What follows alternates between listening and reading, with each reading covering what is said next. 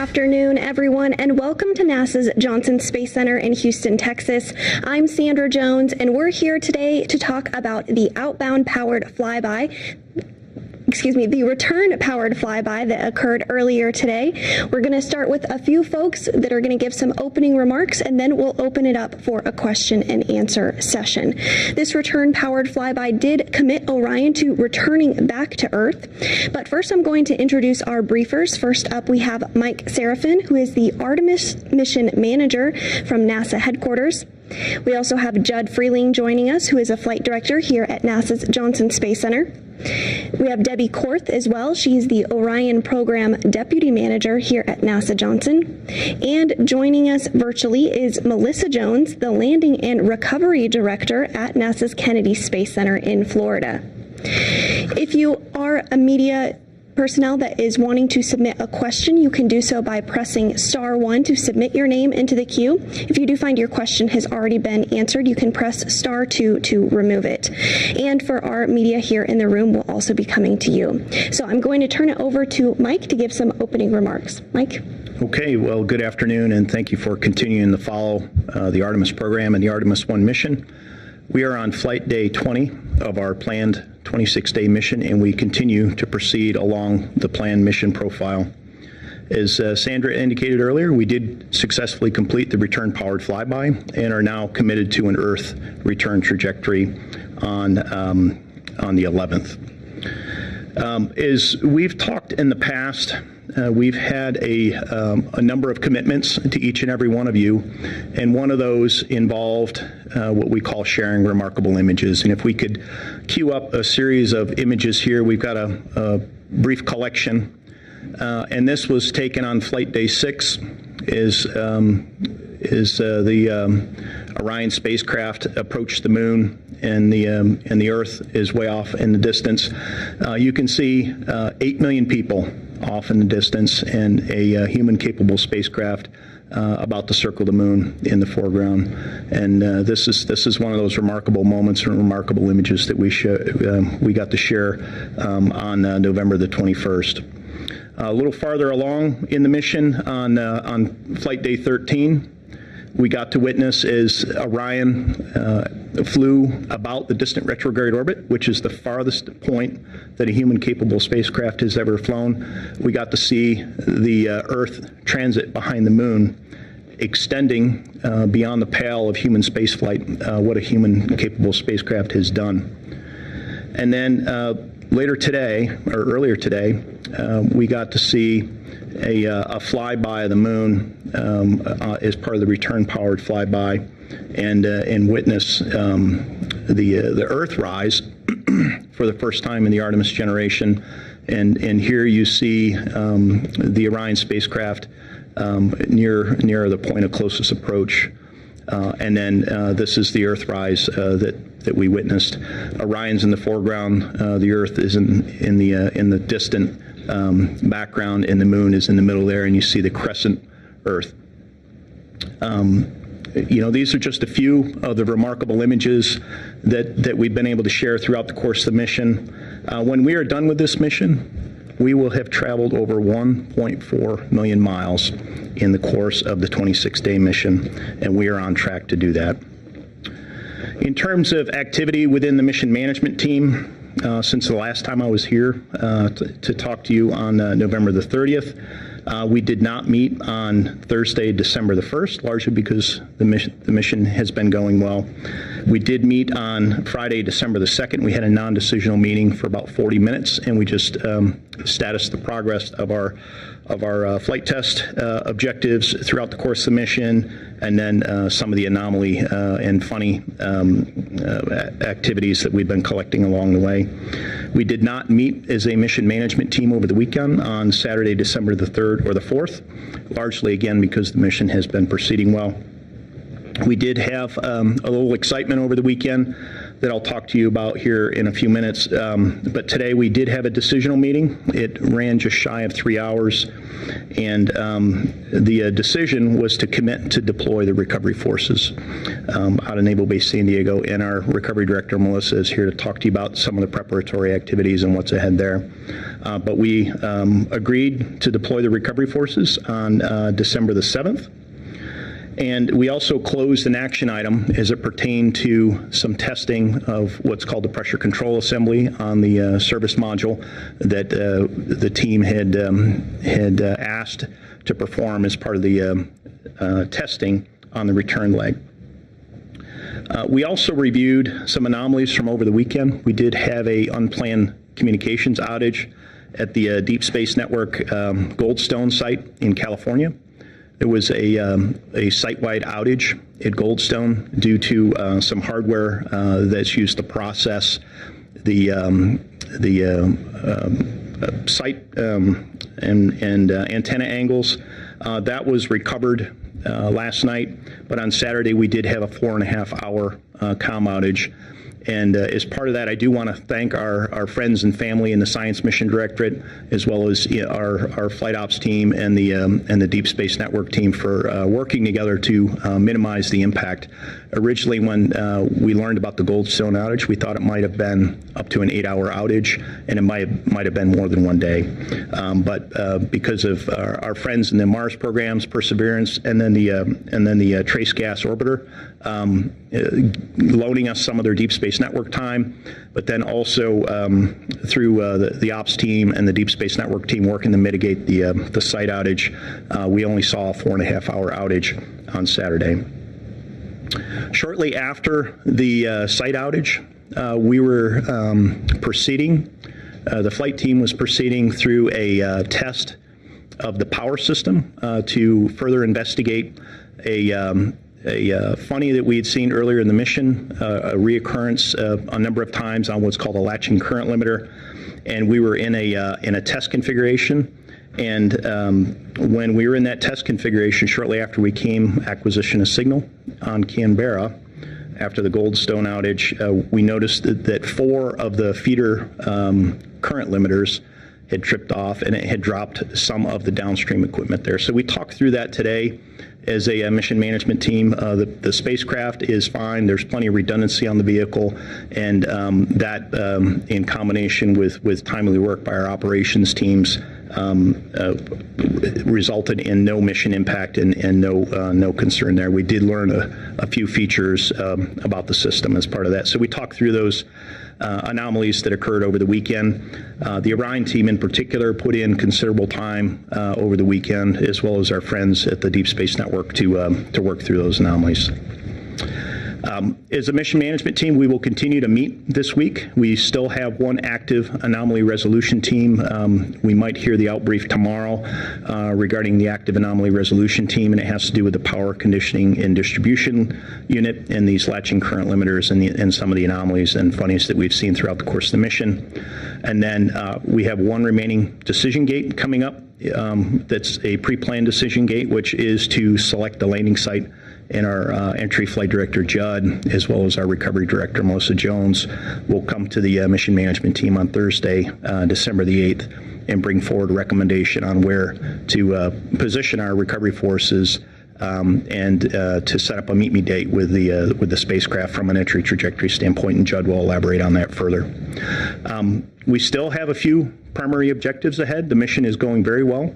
We've accomplished a number of bonus objectives above and beyond what we had planned pre-flight, but we still also have some risks ahead of us. We still have yet to accomplish the second half of our Priority 1 objective, which is to demonstrate the spacecraft at lunar reentry conditions, as well as our Priority 3 objective, which is to retrieve the spacecraft post-splashdown. So with that, I'll pass it back to you, Sandra.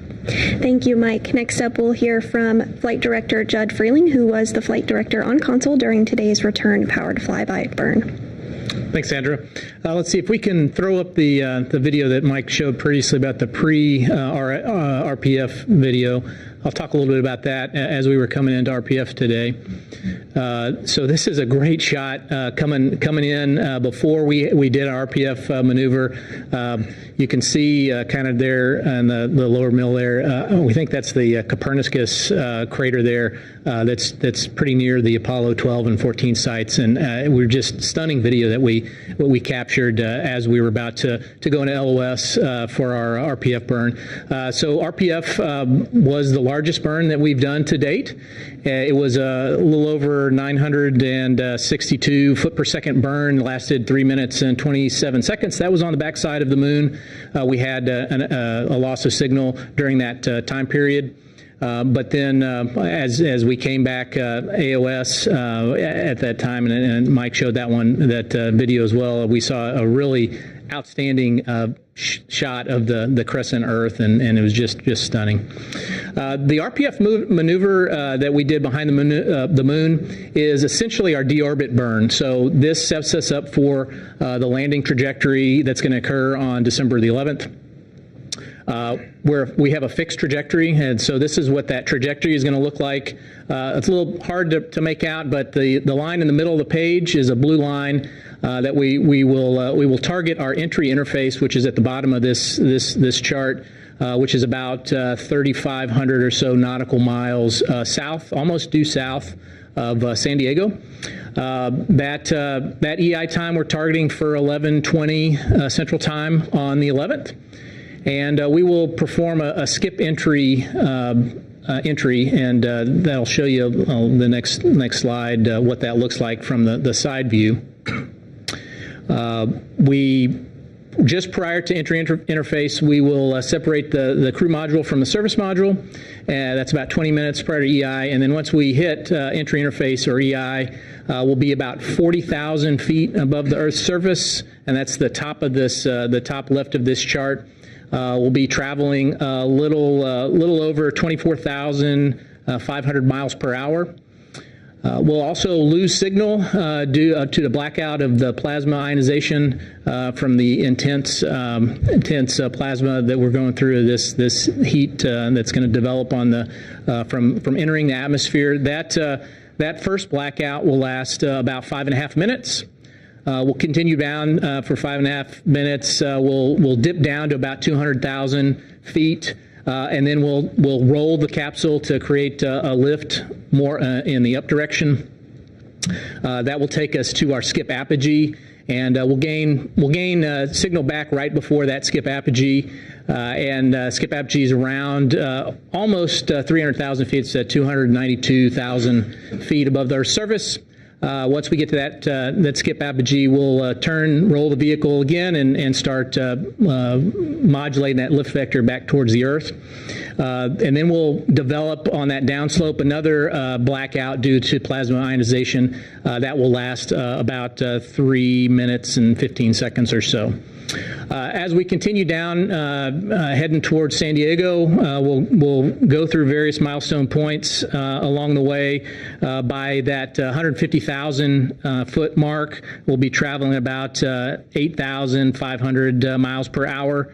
Once we hit about 100,000 feet, we'll be traveling close to 2,400 miles per hour. Then by 50,000 feet, we'll be a mere 528 miles per hour. And then for our 4-bay covered jettison, which will uncover the parachutes, the drogue chutes and the parachutes, we'll be traveling about 285 miles per hour. And then once we get our main deploy of our chutes at about 5,300 feet or so, we'll be traveling about 128 miles per hour. So there's a lot of numbers there, but really you take from 400,000 feet, you're traveling 24,500 miles all the way to splashdown where you're traveling about 20 miles an hour. So it's a lot of energy that we're dissipating at that point.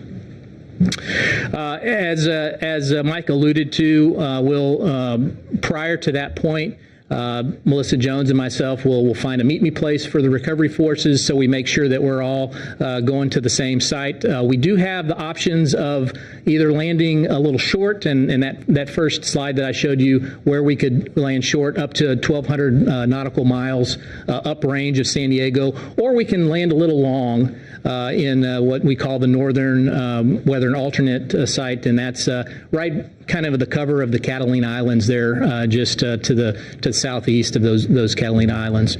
So we have a couple options. We have Plan A, Plan B, Plan C, depending on the weather, to make sure that we're not only within capsule landing criteria, but also that we have the recovery criteria that Melissa and her team are looking to recover the vessel. So looking forward to getting to the 11th, and with that, I'll hand it back to Sandra.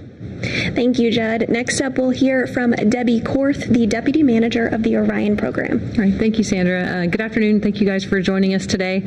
I'm really excited to continue talking about our Artemis mission.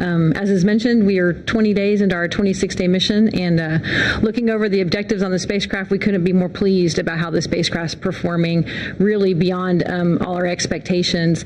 As far as flight test objectives, we're about 30% complete, with another 30% underway, and the rest ahead of us. As we mentioned, a lot of those are tied to the reentry phase, the landing and recovery.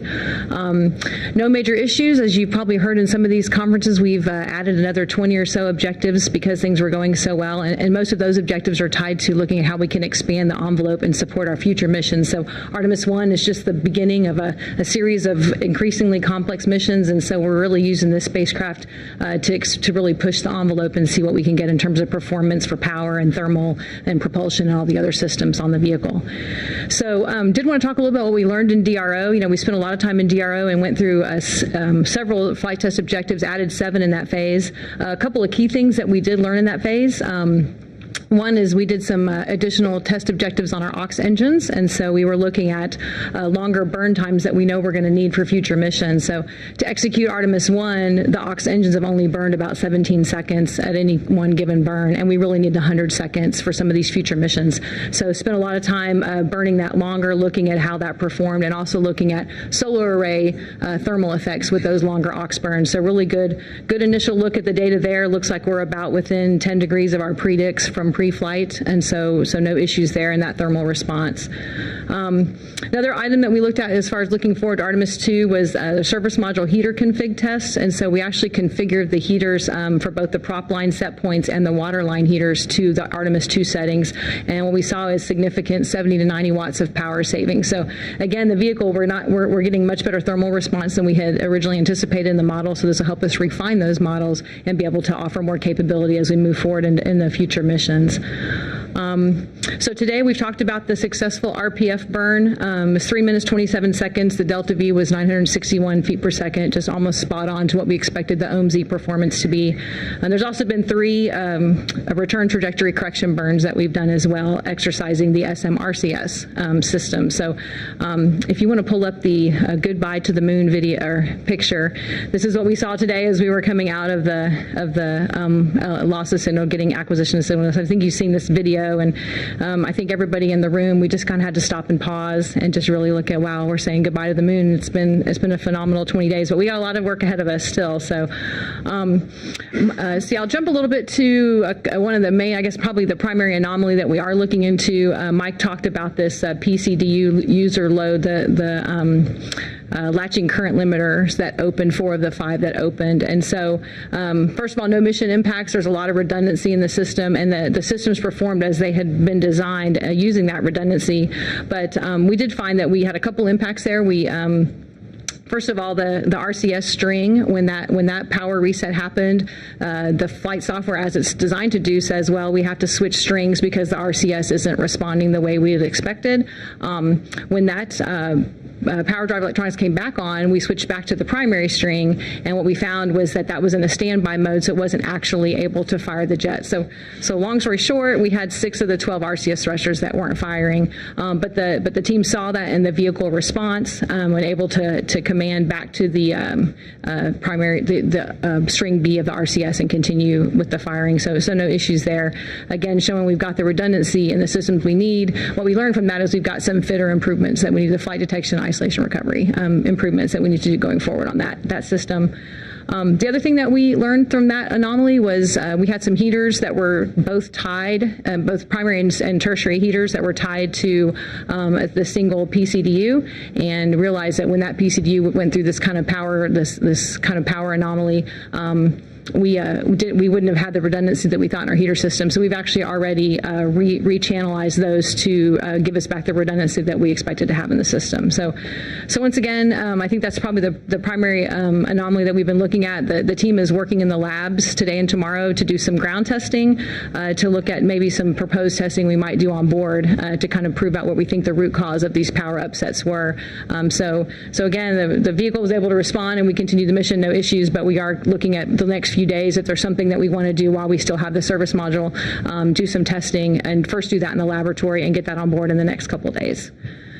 So looking ahead, we have a few key things that we'll be doing on this return part of the mission. So talk a little bit about some of those objectives that we have planned. First of all is one of those would be a solar array wing modal survey repeat. So we did a modal survey very early in the mission and have decided to add back a second one now at the end of the mission to see how the structural modes have either changed or degraded potentially.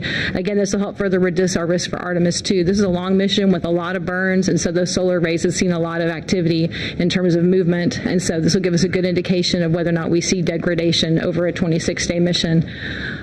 We've also planned some new prop system leak test, and so on the MON and the MMH PCA branches, we have a latch valve and a couple of solenoid valves on each branch, and looking at actually confirming the leak tightness of those. We know what the leak rates were prior to the mission, and so we can actually go exercise those and see if we've seen any degradation there. Again, playing forward to how those are going to perform on future missions. So if you go ahead and pull up the image of the crew cabin, we haven't talked a lot about what's going on inside. We get these beautiful images of the moon. So you've probably seen this image. This is from the crew cabin. You can see our Moonican Campos, the Callisto payload, and other activities going on. So as we're coming back in, we've talked a lot about our primary test objective on the reentry. So the one thing we are looking forward to tremendously is the heat shield test. And so this is the first flight of our block architecture heat shield, and we'll be getting the first test of that coming in at 5,000 degrees Fahrenheit, the 25,000 miles per hour that Judd mentioned. And so we'll to see the performance of that and play forward for Artemis II and beyond. Parachute deploys. It's 11 parachutes that get deployed in a very rapid dynamic sequence, slowing that vehicle down from the 300 miles per hour to less than 20 when it hits the water. So definitely be looking at all that parachute performance. And then finally, our uprighting system. So the crew module does have these inflatable bags that help keep it uprighted if it does flip over, and then keep it upright. So we'll see the performance of those as well. So all that'll be happening inside the cabin here. You see the mannequin. There's several things that we'll be getting data back on when we get the vehicle back. The seats are instrumented with loads or accelerometers, strain gauges, so we can get loads and vibrations data. So on that impact, when we hit the water, we'll actually be able to get the data on how those loads are actually translating through the seat into the crew member, and also our radiation payload. So we're flying some radiation protection vests on one mannequin. One mannequin doesn't have them, so we'll be able to actually see how was the radiation protection. We get radiation environment data off of an item called HERA, but we won't have the actual vest data till we get down. So all those things are happening inside the cabin, and we'll be able to get that data back upon recovery. So and again, this is the first of many missions. It's not over yet. As you can see, we got a lot of objectives ahead of us, but I'm looking forward to that beautiful splashdown on the 11th. And so back to you, Sandra. Thanks, Debbie. Our final briefer today is Melissa Jones, who is the Landing and Recovery Director at NASA's Kennedy Space Center in Florida, and she's joining us virtually today. Good afternoon. The Artemis I recovery team is currently in San Diego. We've been here since a little bit after Thanksgiving. Last week, we performed our final mission rehearsal with the USS Portland, who will be the recovery team for Artemis I, the recovery ship, excuse me. We spent 3 days at sea with them. I think you have some video footage that was sent ahead of time. If you want to play that, we can talk through some of that. But we had a great 3 days working with them to refine our procedures and integrate our team so that we can meet the objectives of recovering the Orion spacecraft. You could see how they have a well deck underneath their flight deck on their ship, which is really why we picked this ship to work with. And there's our mock-up capsule. And so what we do is we will watch the Orion splash down and go out and attach some lines to the capsule and flood the well deck and bring that capsule in and put it down in the cradle. That's kind of hard to see there. So there's a lot of line management, but we had a great 3 days working with them. We started slow with line movement and capsule movement in the well deck, and the last day we did a full mission profile, which involves communication with the Mission Control Center and Judd's team, launching helicopters who are going to take all of the imagery and gather a lot of the flight test objective data that Debbie was talking about. This mission is all about gathering data, and so the timeline for recovery will be approximately 6 hours as we capture a lot of that data for our flight test objectives. We'll be very careful with the capsule, get about an hour and a half of imagery of that heat shield she was referring to before it touches anything in the ship. We want to make sure we document every bit of that so that we have the data that Orion needs to understand the performance of the capsule going forward. And then we'll very slowly do recovery into the well deck and bring Orion home. And so we are ready and honored as an integrated team to bring Orion home on the last leg of her journey. And thanks to all of our briefers for those initial remarks. As a reminder, we'll be taking questions on our phone bridge as well as here in the room. If you are on the phone, you can press *1 to submit your name into the queue. And if you do find your question has been asked, you can press *2 to remove it. Once your name is called, please state your name, your affiliation, and to whom you'd like your question to be directed to. But we're going to start here in the room with a question.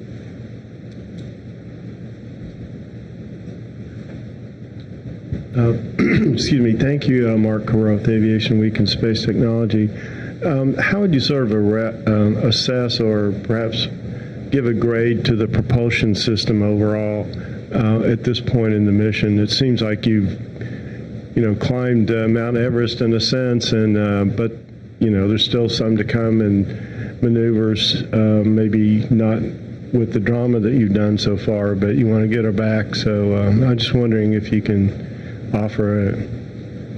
You want to start? Yeah, I'll say as the operator of the system, I'll give it an A. Certainly, this everything the vehicle has asked for us to do, it's done, and it's done phenomenally, right? So we've done all of the burns up till this point flawlessly. We've added some extra tests on it, even for the Plus X auxiliary engines test that we did that performed flawlessly as well. So yeah, it's really great performance. I'm happy with it. I don't know, Debbie, if you want to say anything else. Second that vote, and thanks to our European partners for their provision of that European service module. So that whole propulsion system is designed and built by ESA and Airbus and delivered to us and installed in our vehicle. It's been great, and I think we've added some objectives. We actually have another one on part of the return leg that we didn't talk about during the DRO. We did some tail to sun maneuvering of the OMZ to see if we could get a larger operating box on that tail to sun, and we're actually going to do a pure tail to sun on the way home because it is just performing really well. So I think because we haven't had to be troubleshooting anomalies or things, we've been able to look at how can we expand that envelope. So it's been very good. And Mark, for context, we talked prior to the mission that this was a stress test with Artemis I. In order to get into and out of the distant retrograde orbit, we had to fly 2 large propulsive maneuvers to get in, 2 large propulsive maneuvers to get out, plus multiple correction maneuvers on the way out in the distant retrograde orbit and back. It is performed throughout. So in order to execute, as Debbie alluded to earlier, increasingly more complex missions throughout the manifest, we know we have to enter a lunar orbit, which requires a 2-maneuver sequence, and exit, which requires a 2-maneuver sequence. We successfully demonstrated that with the European service module throughout this flight. And we do have another question here in the room. Hi, Eric Berger with Ars Technica. A question, I think, for Debbie, but just on the power issues you were talking about, and I appreciate you sort of going into that. If there had been astronauts on board, would they have noticed anything, like colloquially, like the lights flickering, or you mentioned something about the RCS, thrusters not coming on, but what would they have experienced, and would it have been handled automatically, or would that have been some kind of consultation with mission control? And is this... And just sort of, in addition to that, is this something that's at all a concern as you look toward Artemis II, or do you think that this is some kind of software issue or something like that can be addressed relatively easily? Yeah, I would say, first of all, we're not concerned. I mean, we think we know in the failure detection and response what we need to update there to make sure that it's picking up this standby mode of the PDE, which caused it to continue to try and fire these thrusters that actually couldn't be fired. But it was easily corrected and switched over to the other string, so no concerns there.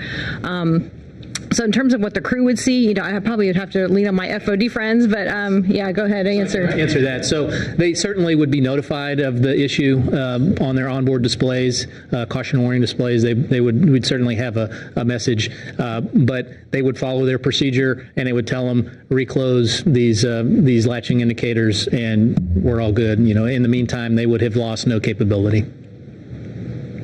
Our next question will come from the phone bridge, and it's from Bill Harwood with CBS. Yeah, hi guys. I appreciate this, but if I could maybe let Mike take a crack at explaining the anomaly. I mean, I realize it didn't have any effect on the mission per se, but I really don't understand what the issue actually is. I mean, what's the power control and distribution unit not doing? What's being limited? I don't understand any of that stuff. If somebody could break it down into high school terms for me, I'd appreciate it. Thanks. Yeah, Bill, thank you for the question, and I'll probably ask Debbie for a little bit of help here on this one. But the service module receives power that's generated through the solar arrays. The solar arrays, in turn, have these latching current limiters that provide power into the power conditioning and distribution units that are then distribute the power throughout the spacecraft. And when it's distributed, there are different avionics boxes or power loads, and what we saw were 4 of these feeder current limiters that tripped off in close sequence while we were in this test config. And the test config was we literally took one of the power conditioning and distribution units, and there's a side and a B side, and we isolated it to gather some more data. So normally there's what they call a split tie across that A and B side within the first power conditioning and distribution unit. We split the bus into 2 separate bus ties, and then on the 1B side we saw all 4 drop on the power conditioning and distribution unit. And when that happened, all of the lower level power systems, or all the lower level avionics, in one case it was the propulsion drive electronics, a redundant unit that provides drive electronics to 6 of the 12 thrusters. That also went to standby because it had dropped off, as well as some heaters, as well as a number of other lower level loads. So we don't quite understand what caused the latching current limiters in this case to trip, let alone that many in close proximity. We're still gathering data on that. Debbie has an active anomaly resolution team within the Orion program, and I guess I'll pause there and see if you have anything to add on the description of the problem or any additional information. No, I think that's a great description of the problem, and I kind of think of it as like you've got your power. If you look at your house, you've got a power supply company, and then you've got a breaker box in your house. And so in this case, it's almost like those breakers opened, and what it appeared is that they were commanded to open, but there were no commands sent. So the question is, we're still in the middle of the investigation on why that happened. So you still had power coming from the arrays. You still had your PCDU. You have 2 PCDUs, so you had your redundant systems working, but because those switches opened, you now have equipment that's looking for power that's not getting it, right? And so typically then your fault recovery system would switch to a system that can give it the power, because we do have everything redundant. So not exactly sure on the root cause yet, and so the team's doing some testing in our offline labs today and tomorrow, and then likely proposing some tests that we can do on orbit later this week before, we discard the service module, so we have a pretty limited window if there's anything we want to do before that happens. So like I said, not sure on root cause yet, but that's kind of how, at a high level, that's how I hope that helped. Yeah, and Bill, one more point here. In your house, a light switch or a circuit breaker, that is the command device. You literally flip the switch and it closes the circuit, and that is the action or the command that does it. What is a little bit odd to us is there's no record of a controller on board the vehicle sending a command to open the latching current limiter. So in your house, the device is the command object. In this case, there's a separate controller that tells the current limiter to open or close. and there's no record of the command device saying you should open or you should close. This thing is just open or closing without this box, the command device, telling it to do so. So there's some anomalous behavior here that we're trying to understand. Our next question comes from Gina Sensuri with ABC News. Thank you very much. Can you just run through the numbers for me? Speed on reentry, temps, all of that stuff. Give me those numbers if you don't mind. Yeah, sure, Gina, no problem. So when we come into entry interface, we're at an altitude of 400,000 feet, and we're traveling approximately 24,529 miles per hour. Once we get to skip apogee, which is about 7 minutes 19 seconds after entry interface, we're at an altitude of 291,382 feet, and we're traveling at 16,824 miles per hour. At 150,000 feet, we're traveling approximately 8,547 miles per hour. At 100,000 feet, we're traveling 2,398 miles per hour. 50,000 feet, we're traveling 528 miles per hour. And when we jettison the four-bay cover at approximately 22,845 feet, we're traveling 285 miles per hour, and then our main shoot deploy is approximately 5,320 feet, and that's we're traveling 128 miles per hour, and then we hit splashdown approximately 20 miles per hour. And just to add a point here, Judd, I think you said 16.8 is the skip apogee velocity. 16.8 is just shy of what a spacecraft comes back from low Earth orbit at. So that's our second dip into the Earth's atmosphere, is about what a low Earth orbit vehicle would come back at it, which is 17,500 miles an hour. Our next question is from Brett Tingley with Space.com. Hi, this question, I guess, is for Melissa Jones. It was mentioned earlier in this conference that there's still a pre-planned decision gate ahead that will help select the landing site. I'm wondering, by what metrics or what criteria are the different landing sites selected? So that's actually something that Jed Freeling and myself work on together, and it's mostly based on weather from my perspective, and there's, I'm sure, many other factors from the flight side. Jed, I don't know if you want to add anything to that. Sure, Melissa. So we have a designated primary site that we try to land at first, and that's called San Diego Site 3. That's within the Fleet of Hot area, which is the fleet training area, hot as in hot munitions. So that is controlled by the Navy. So that's our first target that we try to land at, assuming that the weather and criteria is all favorable, not only for the hardware of the capsule, but also for Melissa's team to recover the capsule once it's in the water. And then we have various other sites within, as I mentioned, that northern weather and alternate that we could potentially go to within the San Diego area if the weather happens to be better than our San Diego Site 3.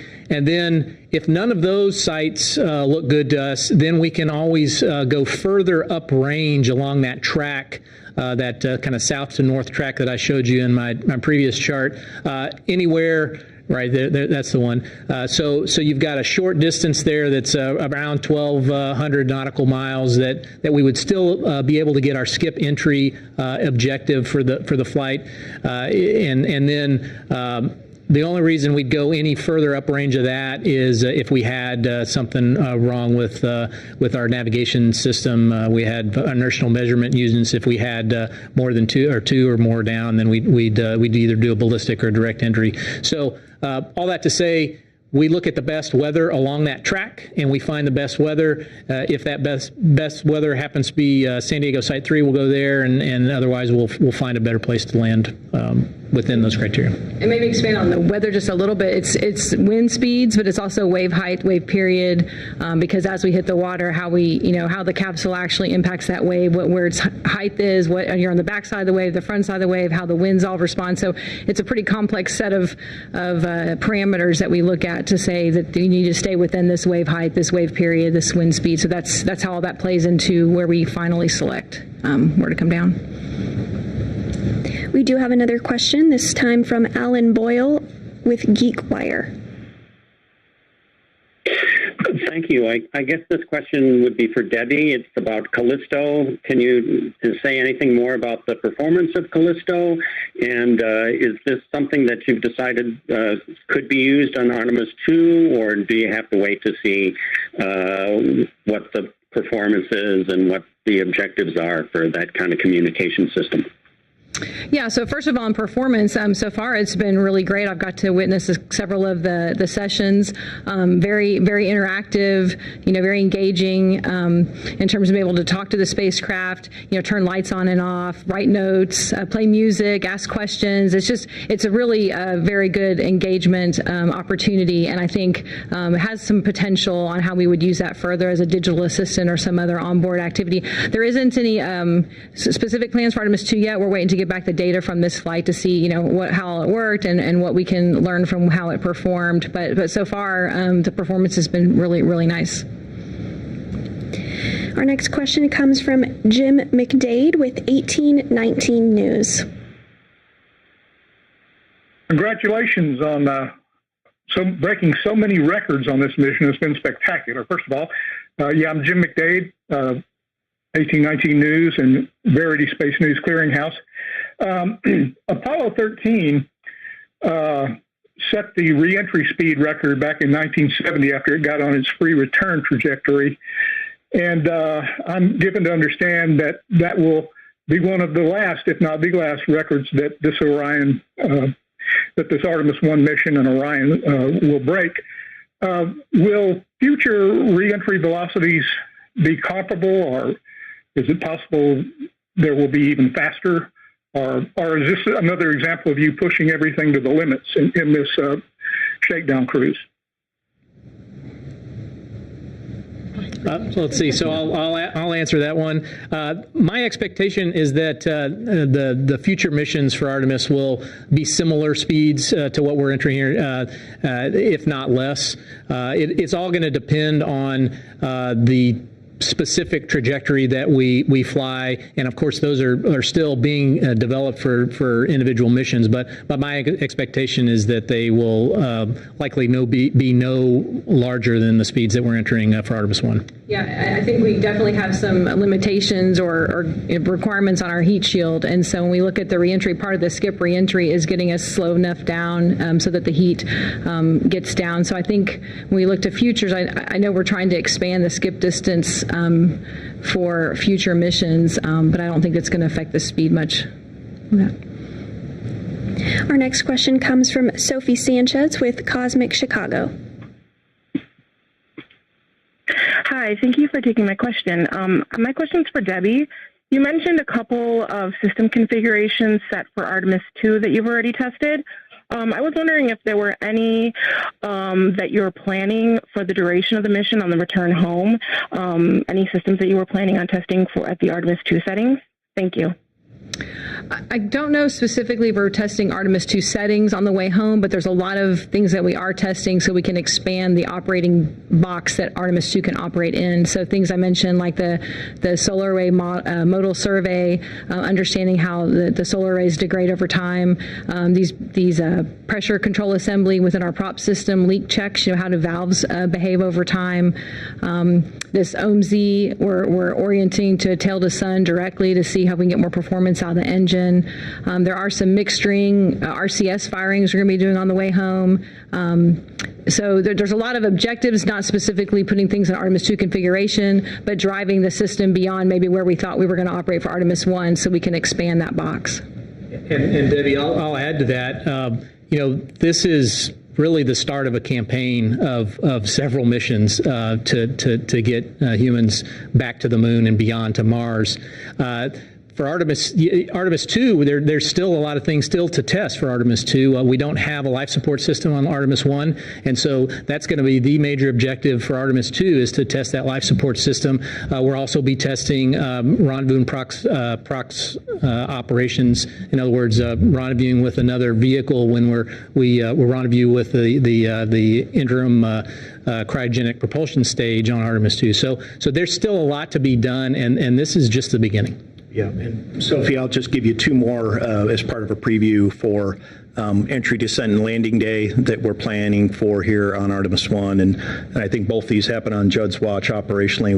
One is an aerothermal test during the entry, descent, and landing, where we deliberately fire all of the reaction control system thrusters in various points during the reentry profile to gather hypersonic aerothermal data as we fire those thrusters. And then post-splashdown, we're deliberately going to keep the vehicle powered, assuming the vehicle's healthy, for 2 hours after splashdown to understand how much heat has soaked back after that peak heating of up to 5,000 degrees Fahrenheit outside the vehicle. As the heat shield protects the vehicle, there's still going to be heat that soaks into the structure that is the Orion capsule. It'll splash down in the ocean. The ocean's going to cool the vehicle, but some of that heat is going to be resident in the structure of the vehicle. So we want to understand how hot the cabin's going to get. So we'll leave the vehicle powered for 2 hours, keep it on the cooling system for 2 hours to understand for astronauts on the very next mission what the temperature profile in the cabin is going to look like. So that's part of that 6-hour recovery time frame that Melissa highlighted earlier. We're deliberately going to wait for 2 hours with the vehicle powered on the surface of the ocean. So those are some of the things that are ahead of us as well. And that was the final question that we received this evening. So thanks to all who submitted questions, as well as our briefers for joining us in a busy time. Next up, we continue to look forward to Orion's return home. We'll have another briefing this Thursday at 4 p.m. Central, where we'll go over that return in a little bit more depth. And we'll also be covering Orion's entry, descent, and splashdown beginning at 10 a.m. Central on Sunday, December 11th. But until then, be sure to follow along with our daily blog posts as Orion continues its journey home at blogs.nasa.gov/Artemis. Thanks again for joining us. That will wrap up today's briefing.